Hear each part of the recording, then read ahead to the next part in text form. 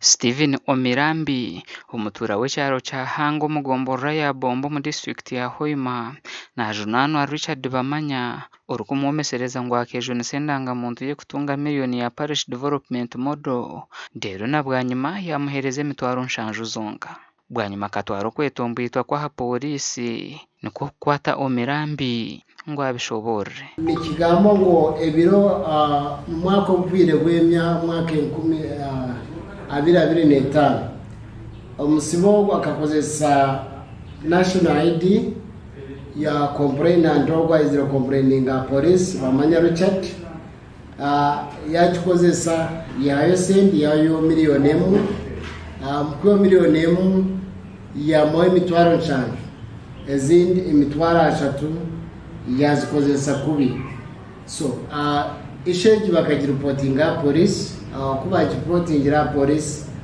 police ya Hoima district yatandika kutorereza musango niko kwatibwa rero wakwasibwe tumusindikire mu koti musango kozesa sente za kubi zo busuma bwe sente ugwarebukiriho mukote kurirwa muramuzi Juliana Kimomo aba beneficiaries be sentence yomar kusinga sentence azikozese ekiri kumugasha abo government sentence ziteka mo kurango zine kuyamba abanyarwanda zine kuyamba all beneficiaries bitari byo kuzikozesa kubi ogutiwe umuntu omwe abanze okwa tukwasira abandi na kibarejuka tukakwata yubana nabo twabasindiko umunkomo so ndishaba umuntu we arikwateze sente azikozese mu muringo gwikiri azikozese kubi nawe naza kwate ati turigwire emishango omuramuzi Kimomo asindikire Steven Omirambe aha rumando mu kihome kya government kya Kiryatete okusebera 28 okwezi kwa munana omuganda coordinator w'ekibiina kya NUP aha bwa burenge bw'izoba Bright Muhumuza yarebekaho mu misho g'omuramuzi ubwo arikwehoza kwa mishango ya mutabarizibwe DPC wambarra kabwigo gumisiriza aha bwo kumutomera abajuruzi bashatu ba polisi ababa barumu Mpumwire Alex nahabwe Stewart na Tumwebaze Julius bareba uko mu misho g'omuramuzi uko bujuruzi Muhumuza Bright, and you vividly remember Muhumuza Bright looking at the border right, and you don't know what happened after.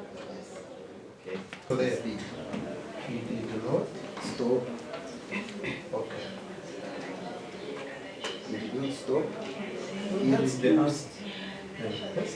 When the other should I continue? So according to what you saw, it was the vehicle targeting to knock OPC, or he was finding a way to go to town. Because when he came, that's when this one said so. Why he ran away after seeing him? So you're saying because he ran away, that's why you're concluding that you wanted to know? Maybe he wanted to know him. Because the one who came to the vehicle. Bitu bwa nyuma yo kuhikomisha gw'omuramuzi batandika kugamba embushukane Let him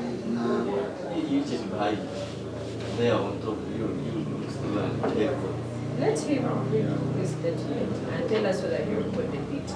Yes, it is there. I'm getting you stand behind you read it all?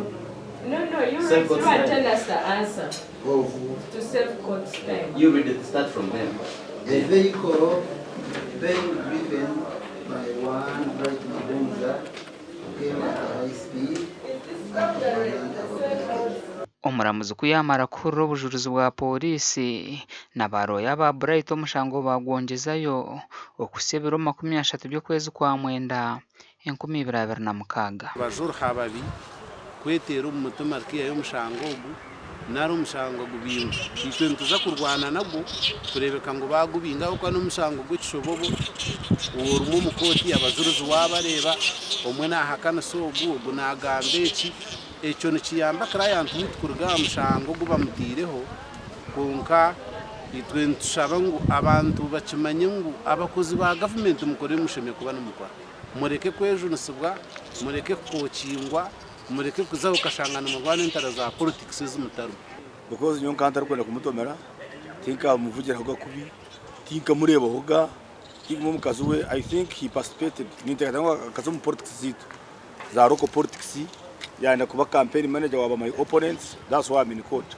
Habo kubane ureba n'abajuriza barakureta mu court bubonga n'abagabe embushukane zonka bagabe bintu bitarakushana so nyo tindi roya tindi muramuzi kunkano bano ureba umwe nambuza ngo Bright akemerera tukamwemereza yemera undi mbuza ngo Bright akemera taremerire undi mbuza ngo mukamwe n'imotoka zinga yitukatu n'imotoka undi mbuza ngo tukatu n'imotoka zinga ate motoka ibiri Gashakwanwaga ba Ambrose Katoto na Christopher Himbisabwe.